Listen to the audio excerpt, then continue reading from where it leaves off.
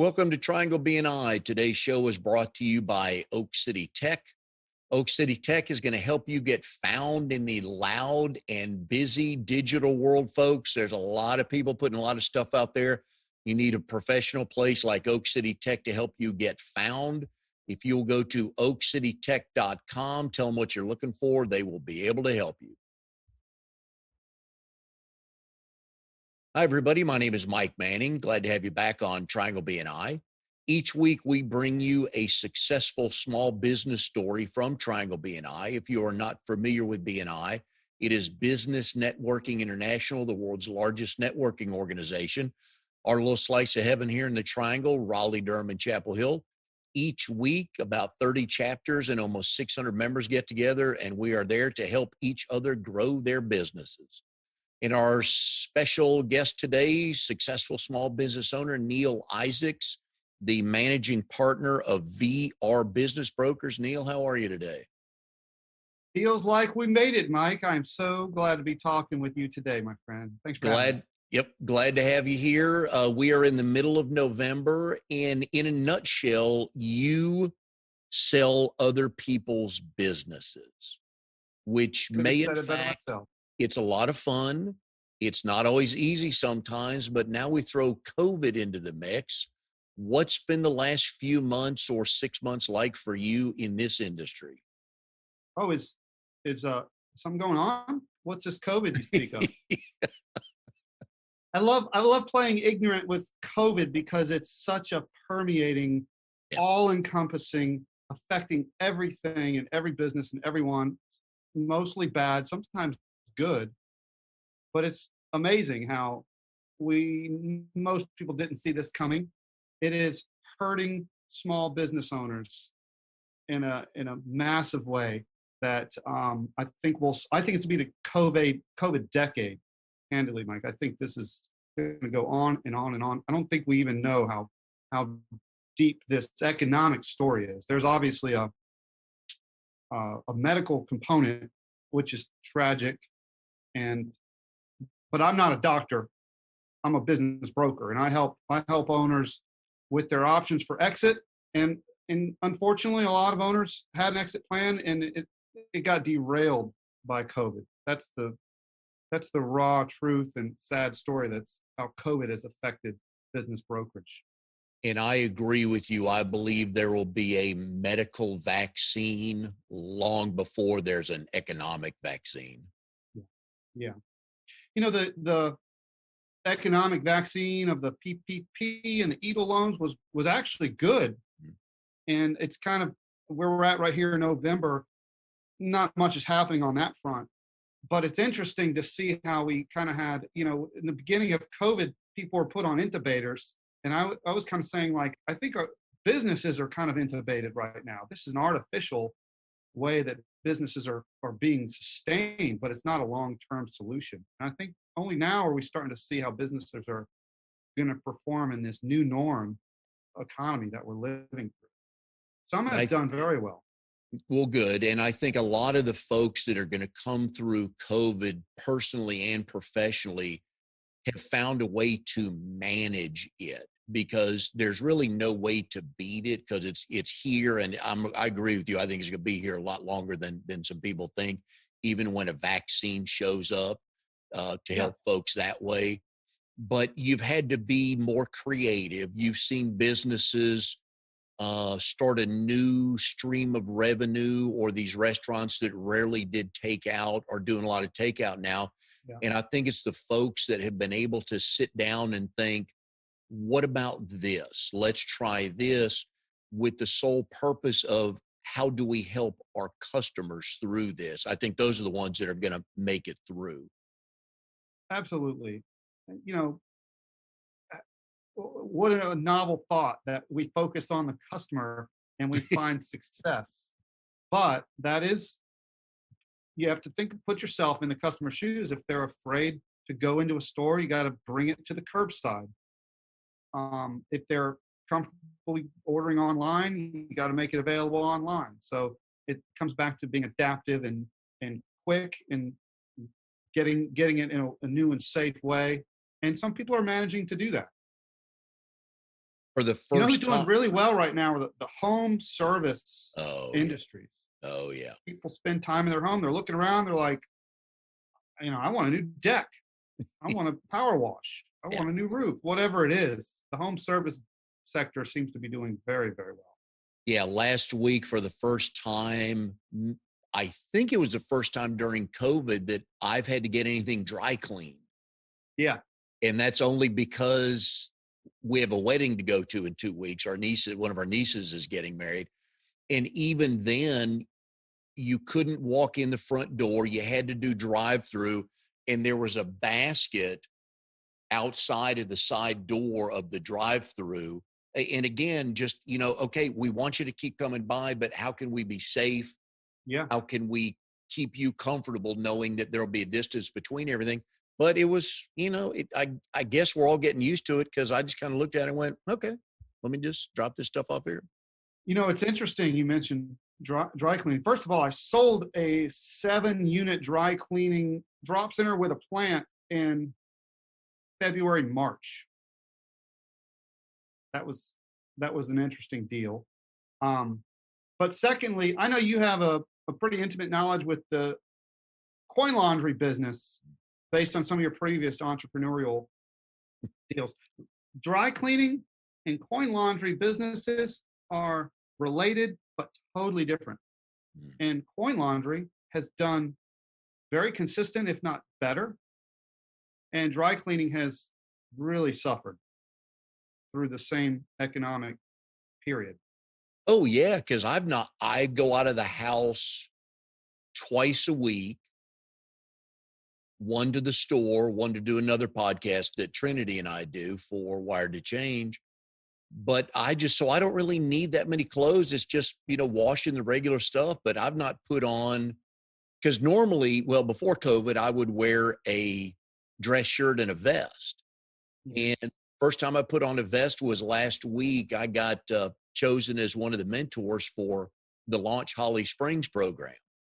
And it was the speed dating where the mentees and the mentors show up online, and you meet with everybody. Yeah. That was the first time I put on a vest since I think about long around March 23rd. So I've not had to get anything dry cleaned. And it's been interesting for the businesses that you don't revisit, that was a part of your life. You just really hadn't thought about it too much. And how did that vest fit, by the way? Was it a little snug? No, 2 months ago it would have been. Today, no, I'm over it. I'm tired of. Yeah, I had that. It was. I gained the quarantine 15 or whatever they call it, and I'm the same. I've been working it back off. Yeah, this is the new norm. Like, we can't just assume that.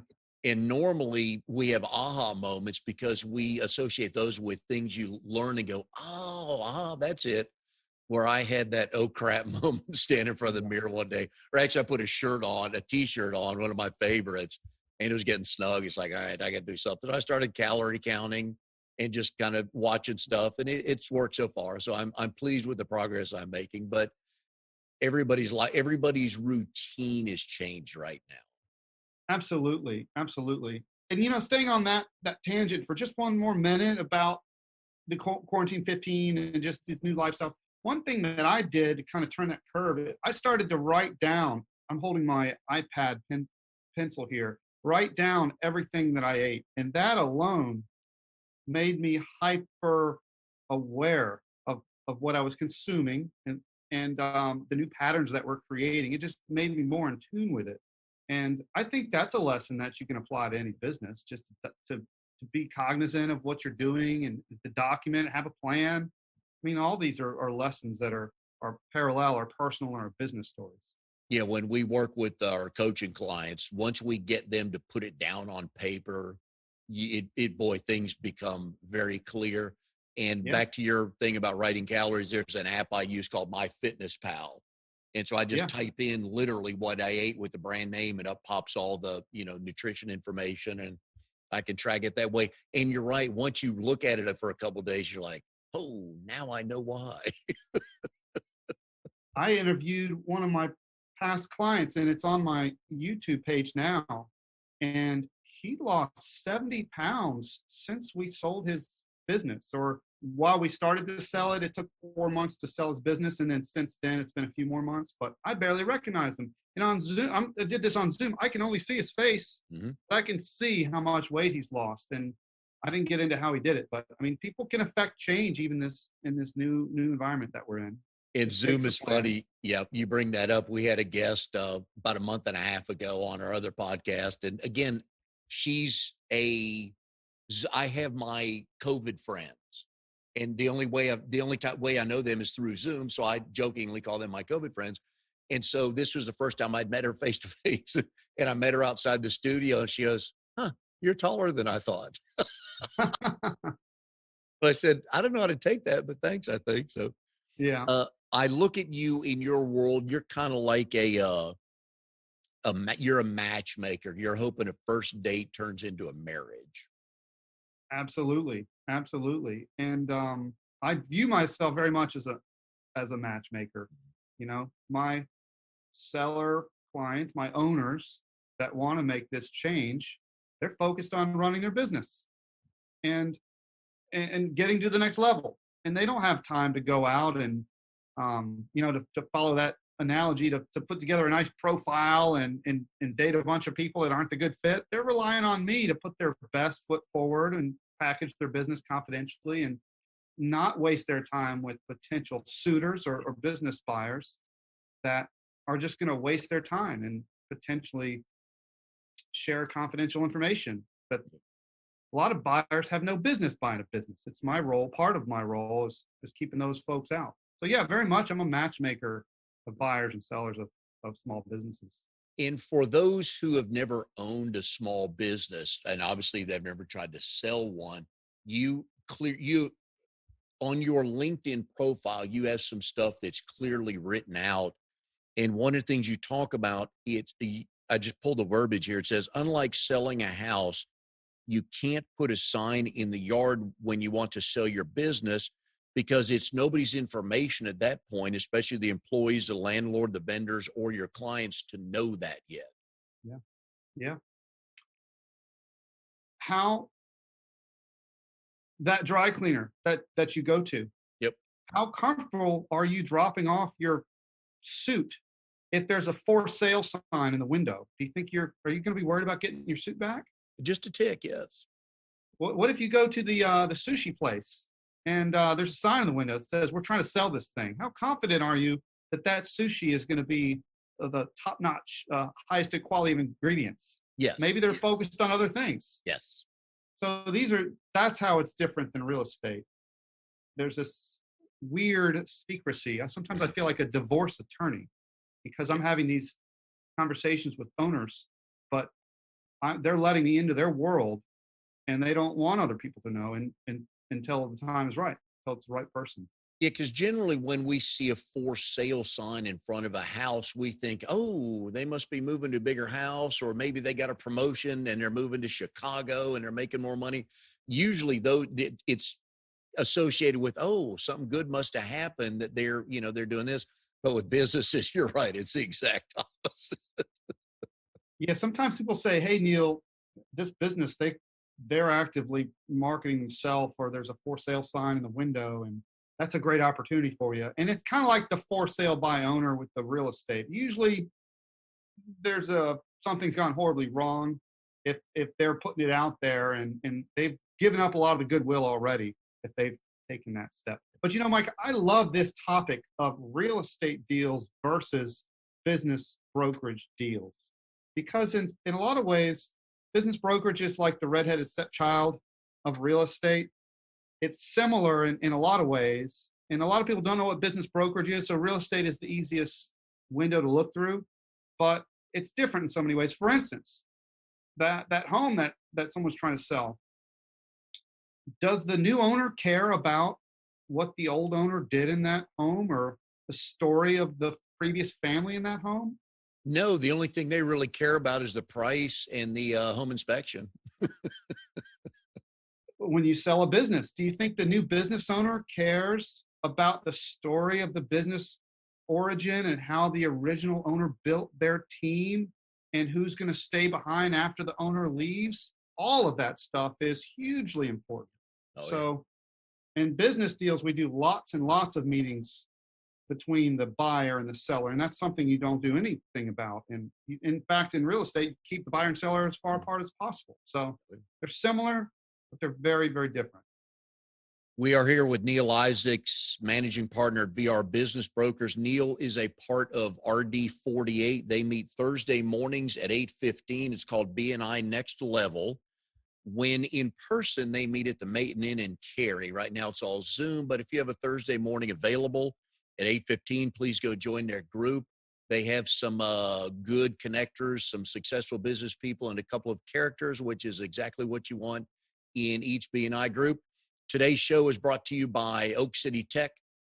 Folks, you need a mailing list. You have all these client names. What do you do with them if they're on a blank sheet of paper or another sheet of paper that they're not connected? You don't know what to do with. You're wasting that knowledge. You want to put that list together, start a mailing list so you can stay in touch with your current and former and potential clients. Please go to oakcitytech.com and let them know that's what you're looking for, and they will help you. All right, Neal, the biggest question, which I should have led the show with, is how is Avery doing today? Oh, man, Avery is doing great. Well, I dropped him off this morning at daycare, and Mama got him a shirt that says, Mr. Steal Your Girl. Now, So, for those of you not aware, Avery is Neal's son, about a year and 2-ish months, 2+ months. good, yeah, right at 14 months. Yep. And that's, you throw a kid in the mix now, and that changes sleep patterns and thought processes. And once they start walking, they got to raise everything in the house up, don't you? Yeah, I'm really leaning into the new dad thing. I'm loving it. It's a game changer. Highly recommend it. Man, when they come give you a hug, you just melt. And you think, I'll never Absolutely. melt this strong again until they give you the next hug. And Yeah. they curl up next to you or come with a book. Daddy, read me a book. And just like, oh, man, this just keeps getting better. Yeah. It's a wonderful, wonderful thing, and it really reprioritizes how you spend your time and why you do everything that you're doing. Oh, yeah. Oh, yeah. Now, I always like to ask guests on the show that are married. So I will ask you, how did you and Vivian meet, and do you both tell the story the same way? Yeah, I think we both tell the story the same way. I was running my first business selling Nemo and Dory. I had my tropical fish store, and I didn't want to date one of my customers. So I went online and I found Vivian through one of these dating sites, and it wasn't like a Match.com. I don't remember which site it was, but I think both of us were in the same camp of we don't drink, we don't go party at bars. We weren't going to meet each other at a bar or at a social gathering. So that was the most pragmatic way for us to meet, and it did its job. I'm so grateful that we connected in that format. And the only other part of that story I think is interesting is, Vivian is a Vietnamese immigrant. We've been together for 15 years now. I've been in the Triangle for 16 years. I met her 1 year in, and she had just immigrated like 1 year before. So when we met, her English she's still working on her English. And we chatted. The first few weeks of our relationship was through chat. We got to know each other through chat before we started to communicate verbally. And I think that's a great way to meet someone. Where was the first date?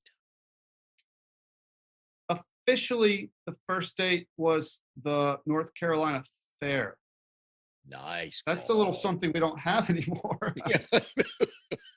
But they did have, I don't know if people know this, not at Dorton Arena, but somewhere there, they had the food of the fair a couple of weeks ago. Yeah, I did see that. That's a great way to bring a piece of the fair to the people, because a lot of people, that's what they care about the most. That's half the fun. Yeah. So anyway, so the first date was at the fair.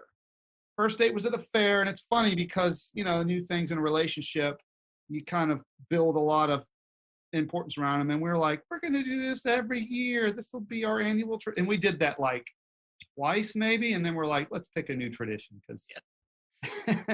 Where she grew up, do they have fairs and stuff like that there? I think they did. I'm sure it was different. I would love to go to Vietnam, and she's from Nha Trang. So I'm sure they have stuff like that. But a lot of that was new and exciting for her to take her to the North Carolina Fair is its own thing. Oh, yeah. Now I believe you gave Avery Vivian's maiden name. Correct. Okay. Correct. What have you learned of the Vietnamese culture since you two have been together? Well, the Vietnamese culture is an extremely caring and compassionate culture. And I like to joke that when her and her family are getting into it, it's like her mom's trying to give her more food than she wants. That's the type of stuff that they fight about or get into things about. And if you've ever seen El Camino, then it's a Clint Eastwood movie where he's got a neighbor and they're Vietnamese, and they come over and are just like pouring food in front of him, and he can't eat enough food, and it's kind of a trope. Like there's some truth in that trope. So a very caring, and they express caring by giving, and so it's a wonderful culture, and I feel lucky to be a part of it. My sister married into a big Italian family, and it's the same thing, man. It's just there's always food. Yeah. There's noise in a loving way, because that's their currency. Is Sure. the voices get raised, but it's all out of love because they're arguing, and then they hug and okay, let's sit down and eat. But there's always food, which is never bad. Oh yeah. Oh yeah. And I do like some of it. I like the spring rolls. The bubble teas it's not a Vietnamese thing, but it's an Asian thing that's becoming popular here. We do that a lot. But I'm not a fan of the fish sauce. Are you familiar with the fish sauce? Nope. Fish sauce is a uniquely Vietnamese thing. And, I came here and I had my tropical fish business and I was keenly aware about the smells involved with fish and the different things that fish go through. So when my wife told me the origin story of fish sauce in detail and the fermentation and everything, probably before I even tasted it, I was ruined on fish sauce. So that is an issue that we manage. Is there a big Vietnamese community here in the Triangle? Not a huge community, but there's a decent amount of Vietnamese folks, and it's a good thing. When my wife's parents need a professional, they can find a Vietnamese real estate agent or a Vietnamese accountant or somebody that can speak their language and explain to them nuances that I certainly couldn't convey. We can communicate, but when it comes to specifics, sometimes you want to work with somebody who can speak your own language. So we've got enough there. Are you fluent? Not even close. When the family comes over to the house, are you like left out of the conversations? Yes, but I'm totally fine with that. I love to see the grandparents come over. You know what? You don't need to speak a language to see a grandparent enjoy time with a grandchild. No, you don't need words for that. I know that. Yep. So I enjoy that. But yeah, a lot of times she's going to give me the debriefing after they leave of what they talked about. Nice. Now, you said you two met when you owned Aquatica. Yeah. That's what got you here to the Triangle in 2003? That's correct. So my first fun after college job was at Ripley's Aquarium of the Smokies, where I was a shark diver. And that was a really fun job at a public aquarium where they had sharks in a big aquarium. And I was working there, and I'd been there for about 3 years, but I'd grown up in a pet store. And I'd always had this dream to have my own pet store. And one of my friends told me that they had found business for sale in Raleigh. It was listed as Raleigh. It's really Garner. Yeah. But I was glad. I don't know if you want to call it misrepresentation, but I was glad that worked out because, as you know, I've grown to love Garner. Yes. But that's what happened. I told my shark diving boss that I was going to quit and move to Raleigh, North Carolina to open a tropical fish store. And he was like, whatever, dude. Actually, he was kind of sad to see me go. He was a great boss, but I just picked up and moved up here pretty quickly. Took a chance on entrepreneurship. I was extremely fortunate to step into the shell of a business, and it saved me. I could tell it was going to save me months or years in getting started up for my small business. And I saw the value there, and it was a great ride for about 5 years. I really cut my teeth on small business through that tropical fish store. All right. I don't want to bury the lead in this story of you buying your first business, but can you give us a legitimate description of a shark diver?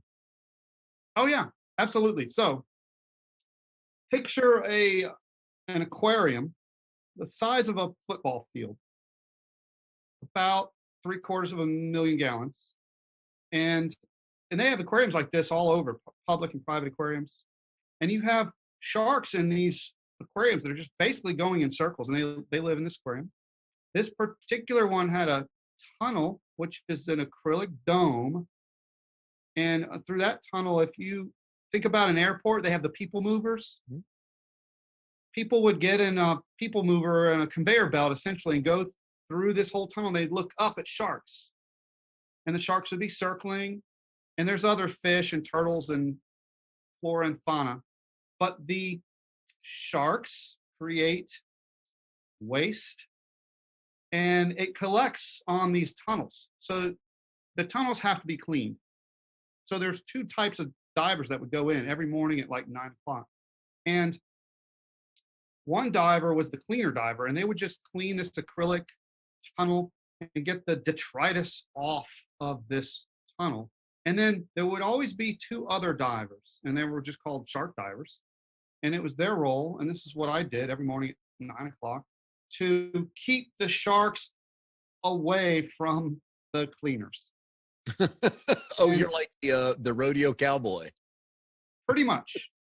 So the way that worked is you just got in there, and when your tool to do this was a piece of PVC, it looked like this pin I'm holding, and it was wrapped in black electrical tape. And it was about 4 feet long. That's all you had. You had your scuba gear, and you had your PVC pole. And if and when sharks would come towards you or too close to this cleaner person, you would put this piece of PVC right on the nostrum of the shark. And sharks have what's called ampules of Lorenzii all along their rostrum. You didn't know you're going to get marine biology facts when you tuned in today, but here we are. No, because I just think you're making up words because I have no idea if they're right. Sharks are extremely sensitive around the rostrum area. Yes. A lot of nerve endings in there. So if and when they would come too close, you would just put that piece of PVC.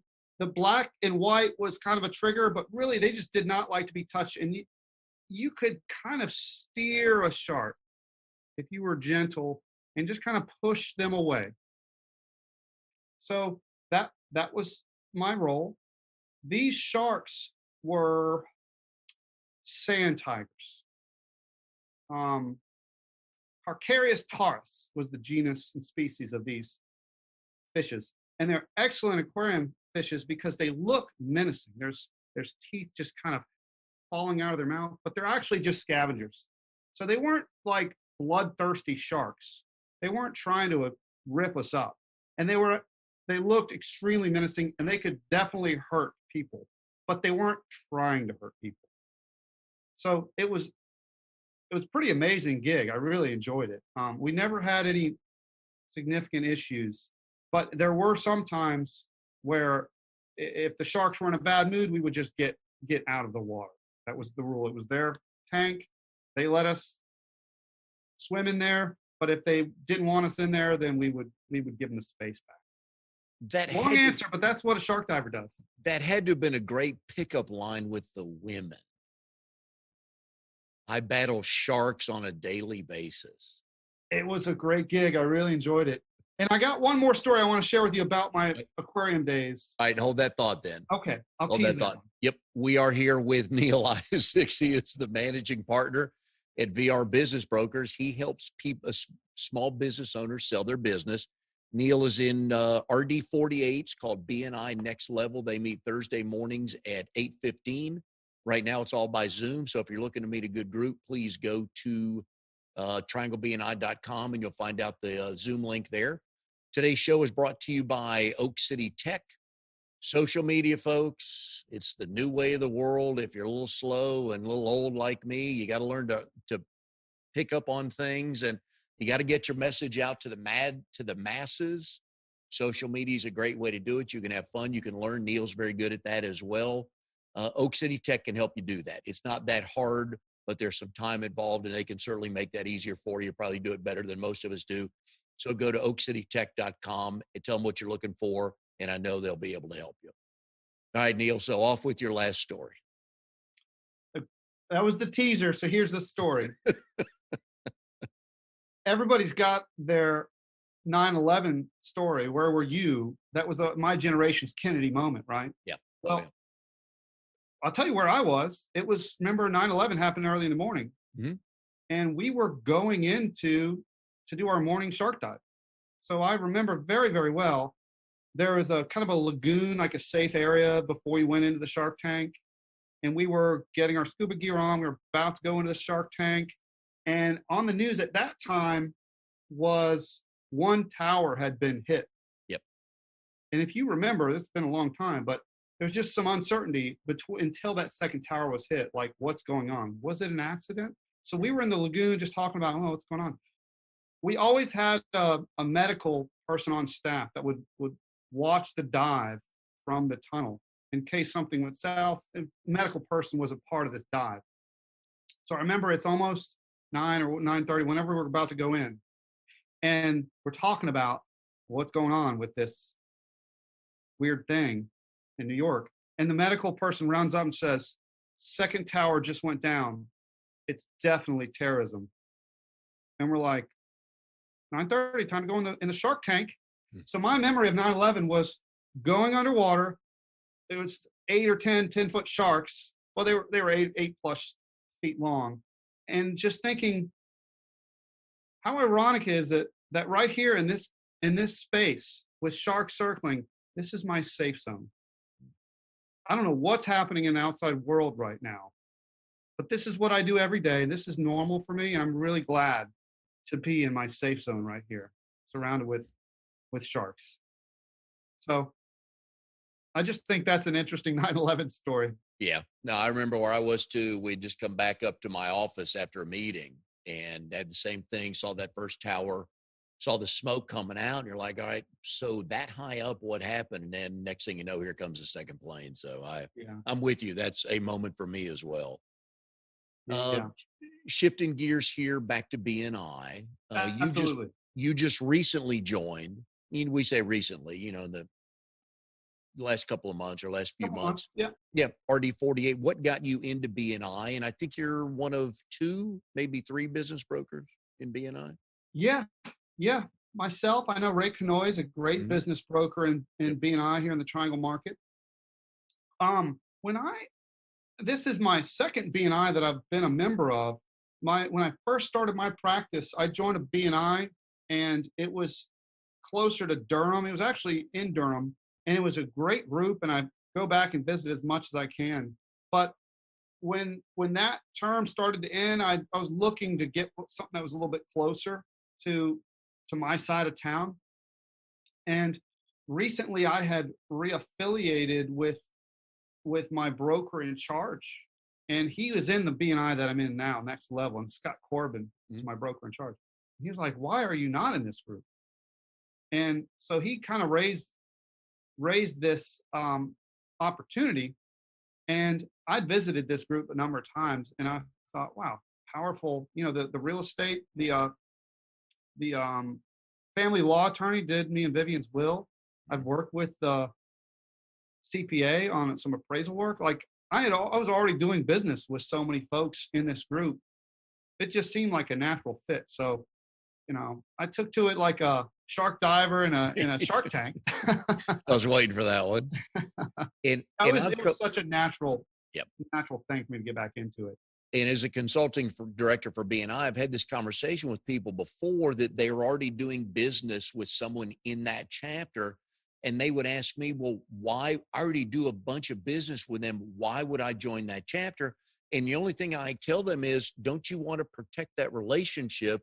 Because what if a competitor of yours comes in there? You may lose it, you may not, but wouldn't you want to stay real close to one of your bigger referral partners and just make sure that relationship is solid for as long as you can? Absolutely. Absolutely. And also, I think business brokerage is a little bit different in that because there's only two of us or a low number, I love to visit other groups as well. And in that first stint with BNI, the opportunities I found were quite often in other groups. And one of them, actually, I sold a business that was in another group, and that particular owner who sold her business and relocated, I think she felt more comfortable working with a broker outside of her group because of the nature of what we do. So it's important to, you've heard me say, put a ring on it. You have to commit to BNI and really develop a home team, but then you have to also farm the rest of your community in BNI. I think that's really important. For some of the folks that are listening that are watching that may be thinking about selling their business, what are a couple things you want them to kind of get in order? Because you want to, and we can get into this in a minute, because a lot of people think, oh, I'll just call somebody and sell it. And your books need to be your stuff's got to be in order. Yes. Because again, they need to think of, if I was going to buy this, would I buy it just as it looks today? There's your answer right there. But what are a couple things they can do to kind of tidy some things up and get things in order if they're looking down the road to sell the business? There's a few key things to focus on. The financial clarity is so important. And it's something that people always set out when they start a new business. They throw together their chart of accounts and they're like, okay, I got my books in order. And then it's one of the first things they let go of. But it's extremely important because if someone's going to buy your business, they want to know how much money they make. And sure, you could tell them, but they're going to want to validate it.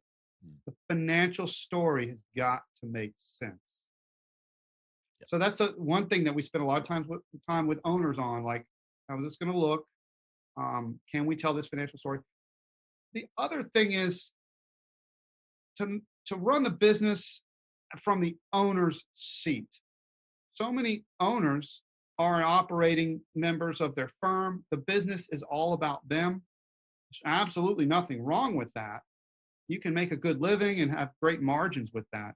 But if you have more options for exit, if you can delegate, put people in some chairs, and make the argument that I can step out and this business will operate without me. This is a scalable business.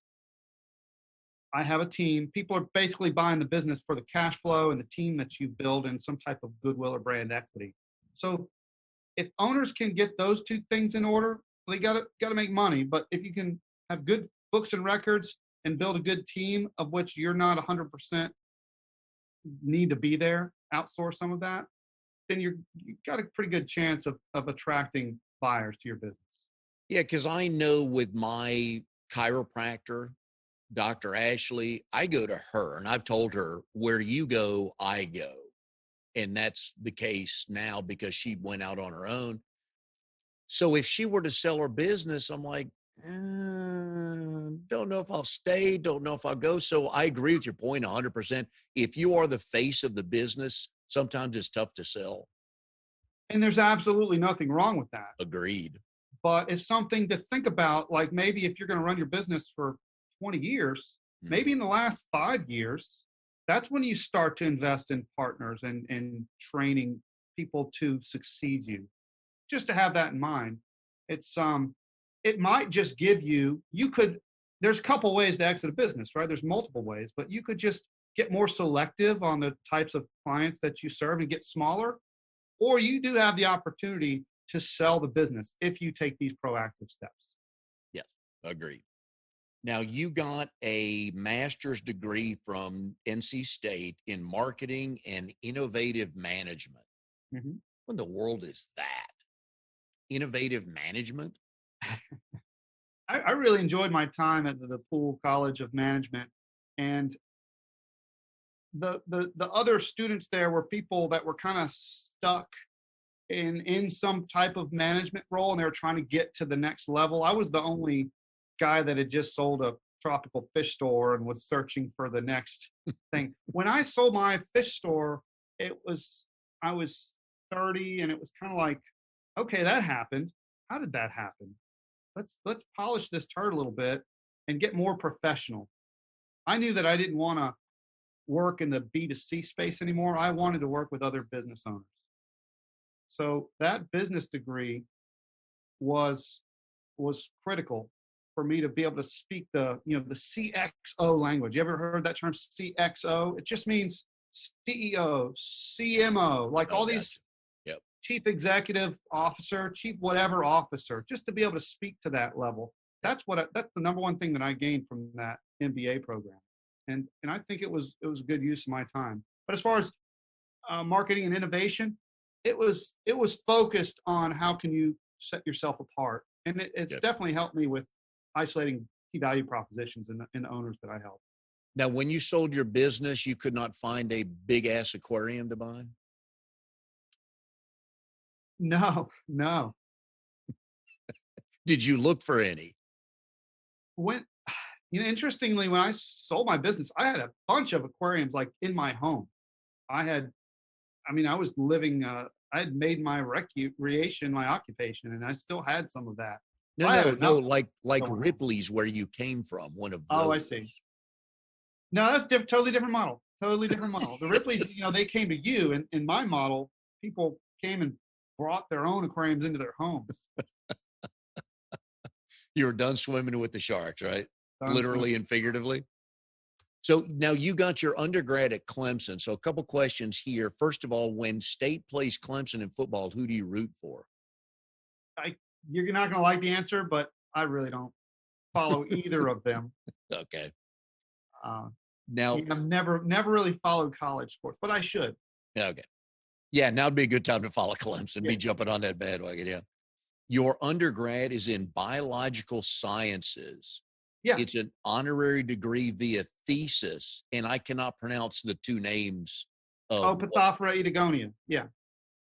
Pithophora edagonia. Edagonia. What is that?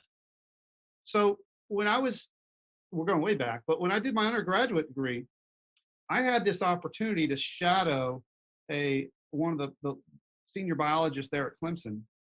And it was a study of waters around a lake that had been polluted. And Pithophora edagonia was this algae that was growing.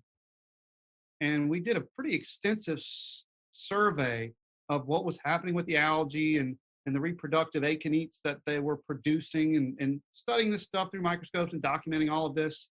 It was a pretty amazing study into how bad that problem was. And I went to some town meetings where people that lived around this lake, their livelihood was being affected. And I wrote basically a mini thesis around this ecological problem. And interestingly enough, looking back on that taught me that I did not want to pursue my PhD, because that was kind of a snapshot of what doctorates go through. And I was not ready for that. So at that point, I entered the workforce and I did some other stuff, and did not pursue my PhD. But I was really glad I got that kind of sneak peek at what that line of work looked like. Did you enjoy the learning of the content? Absolutely. I like to joke that I was a minority at Clemson, in that I was there to learn. I was such a nerd in college. I soaked up every bit of the educational point. I was not really a party guy. So all of that stuff, I just ate it up. I really enjoyed being around smart people, learning new things. That was a very fun time for me. We are here with Neal Isaacs, managing partner of VR Business Brokers, member of RD48 and BNI, called The Next Level. They meet Thursday mornings at 8:15. Today's show is brought to you by Oak City Tech. Folks, you need a website. Got to have a website, got to have social media, need a mailing list. You got to have all that together so people can find you. You may have the greatest product in the world, but if they can't find you, it's going to be difficult to do business. So go to oakcitytech.com, tell them what you're looking for. I know they'll be able to help you. All right, Neal, so you're a self-proclaimed nerd. You've got about 18 letters after your name for all these certifications, everything like that. What does a nerdy, successful, goofy business guy like you do for fun then? Well, family's always first. I have always been a bike rider, so I ride a road bike. In college, I did the mountain bike thing, but I've really shifted over to the road bike thing. But I put I kind of have these three spheres, and it's family, business, and health. So I'm always trying to balance those three. When I have free time, if my wife and my toddler are around, I try and focus on that as much as possible. And I also try and carve out some time to go ride my bike. I used to play a lot of chess. I do less of that now, but I kind of miss that. That was my other hobby for a while. I plan to get back to chess when I'm an old man. I'm going to play chess at the park. But mainly riding my bike is what I do for fun. I take any chance I get to bring up my grandson, Oliver, who will be here this weekend, by the way, on Saturday by about lunch. Yeah. And I can't wait. And I found, which I know you found with Avery, is the exercise you get chasing someone with that much energy around the house. And those waves of energy just don't stop. Yeah. Well, we still get nap time, which we're going to miss when he grows Both out of you. Right. You nap so sometimes they do too? Stop. They do stop for nap time. So we're enjoying that. But I understand that doesn't last forever. No, our youngest son, because it's been, my youngest son is, what's Cameron? He's 30. So it's been 27, 28 years since I've had a 2 or 3 year old in the house. Yeah. So when Oliver comes to visit, just the waves of energy when they're awake, it never stops. And we're like, I tell people with the adults, we're like WWE wrestling. We're just tagging each other in and out. Yeah. Hey, it's been a half hour. I got to take a break here. But it's just, I love that part of it. And just the curiosity when they learn to do something, just to look on their face and just, okay, new level here. Oh yeah. We're constantly opening that box and discovering what's inside. It's amazing. I've also learned that, and Oliver and I don't know what their generation, are they Gen AA or whatever it is, or whoever it is, but they're going to grow up with social media and electronics. I mean, Oliver must pose for 10 pictures a day. And that's what they'll know is like, oh yeah, another picture. Okay. And I laugh, in a couple of years, I'll be able to hand him my phone and he'll reprogram it for me if I'm having a problem. It is scary, the magnetism towards the phones. Because, I mean, Avery's 14 months. We're not giving him a phone, but we have our phones and he'll be running towards you. He doesn't want to hug you. He sees that shiny thing and he'll go for it quickly. Oh, so, yeah, Oliver. Yeah, one day Oliver he's got a phone that his mom made him. It's a cardboard box. She did a really nice job on this. And he thinks it's his phone. And so he picked up the phone the other day and he said, hello. And my daughter-in-law, Sarah, asked Oliver, hey, who's on the phone? And he actually held up his finger like, I'm on the phone. So kids pick up stuff that we don't. And again, when we brought our kids home from the hospital, they didn't tell us. Yes, there's a million books about kids, but they just don't tell you how smart they are and how quick they pick up on things. You're like, where did they hear that? Yeah, absolutely. And they hear it. They watch you. Oh, yeah. And their powers of observation are just off the charts. Absolutely. But the technology, I mean, that's all they're going to ever know. It'd be, secondhand, that they'll always have a phone, a computer, whatever the next new thing is. And it'll just be like, yeah, this is what we know. Just like we knew a wiffle ball bat and a wiffle ball and duct tape. Yeah. When you play so long, the ball breaks, you just tape it back up and start the game again. So, Well, we got into my history and being a biologist and all. I really do consider myself kind of like a naturalist, like Walden type. Mhm. And obviously, I'm a different place now with business brokerage and all the social media and everything. But I have a great appreciation for unplugging and the ambiance and the sound of just being in a forest and listening to birds. I mean, that's something that we can't forget about. It is so easy to get sucked into your phone. It will control you. I mean, it's becoming more and more obvious. And like I said, the kids it's a magnet. It pulls them right into it. So I just think it's good to be aware of that pull. yes. And I think somewhere, some medical school is starting a new program, and I believe it will fall under carpal tunnel syndrome, but it's the texting thumb syndrome. Yeah, That text there will neck be, and texting thumb, and yeah, there will be some sort of program that, oh, I'm a doctor of thumbology or, whatever they're going to call it. But coming. these generations are going to have problems with their thumbs. Absolutely. Oh, stuff like that just cracks me up. But it's real.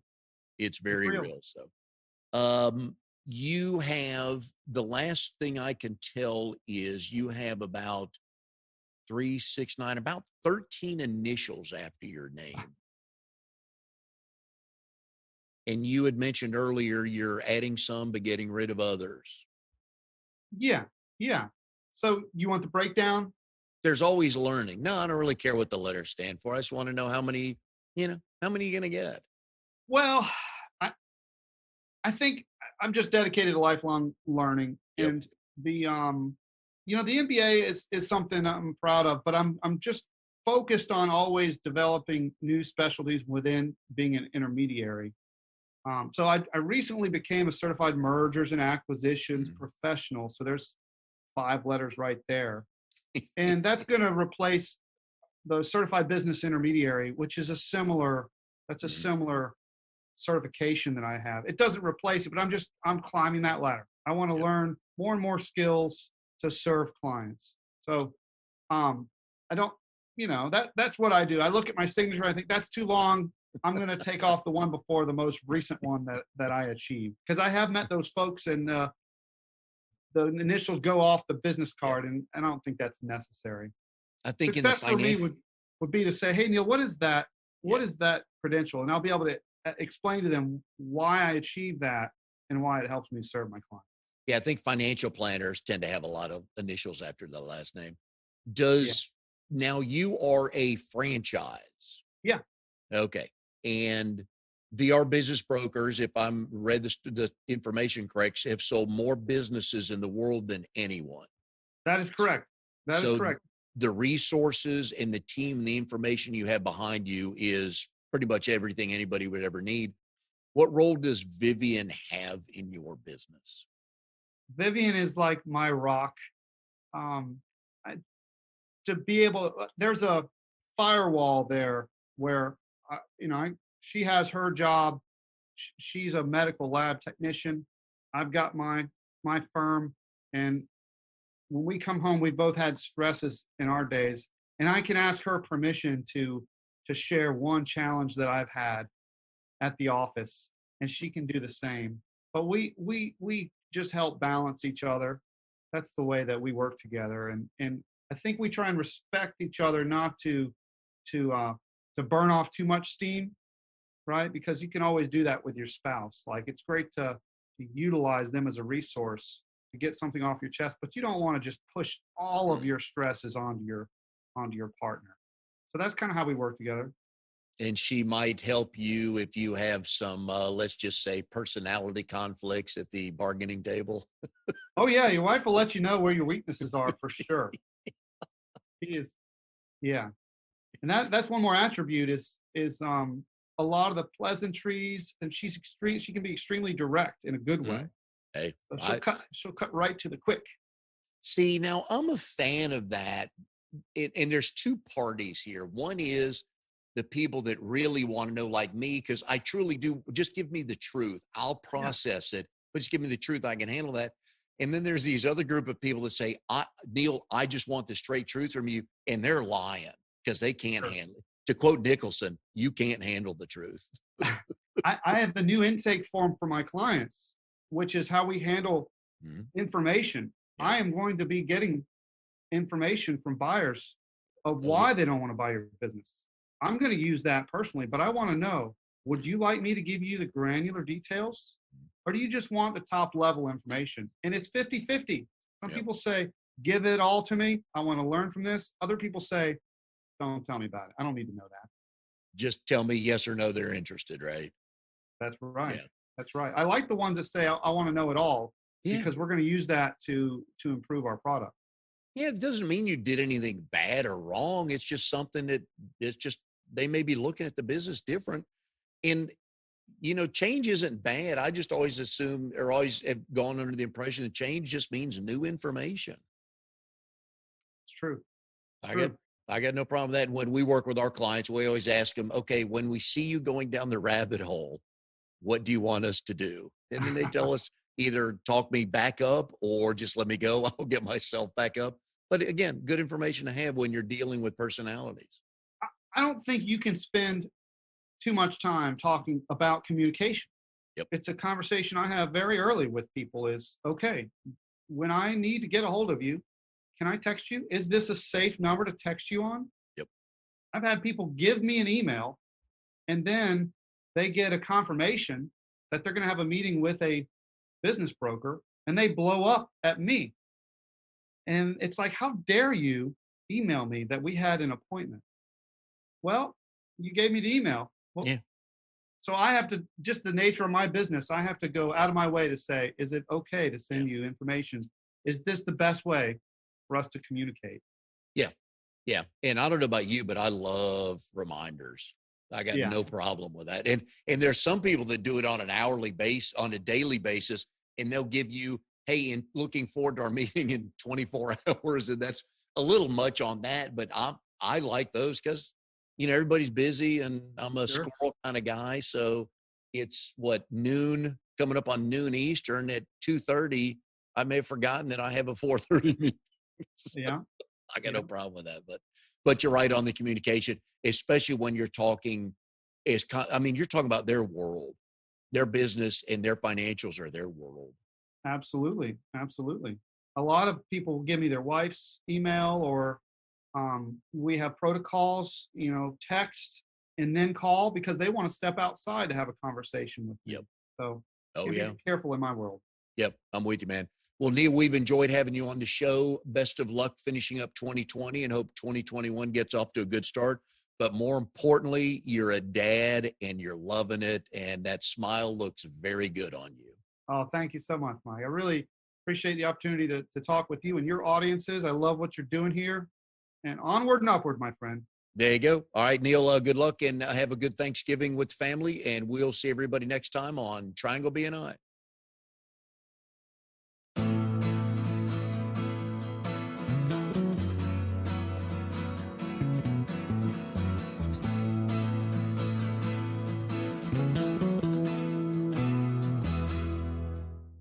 You are tuned to the Nissan Communications Network. If you tuned in too late, you can always watch each program in its entirety or download an MP3 audio file of it in the archives section at nissancommunications.com. Don't forget to subscribe to our YouTube channel, follow us on Twitter, and like us on Facebook. Sponsored by Telestream's Wirecast software, StreamingGear.com, Carolina Apparel, and DeltaForce.net.